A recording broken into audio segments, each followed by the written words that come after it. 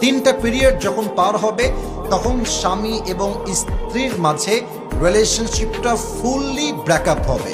তখন মেয়েটা চাইলে অন্য কোনো জায়গায় বিয়ে বসতে পারে। এখন সে যে প্রশ্ন করেছে এই প্রশ্ন হচ্ছে এমন, হুজুর সে ওই প্রথম ছেলেকে ডিভোর্স না দিয়ে আবার আরেক জায়গায় বিয়ে করেছে।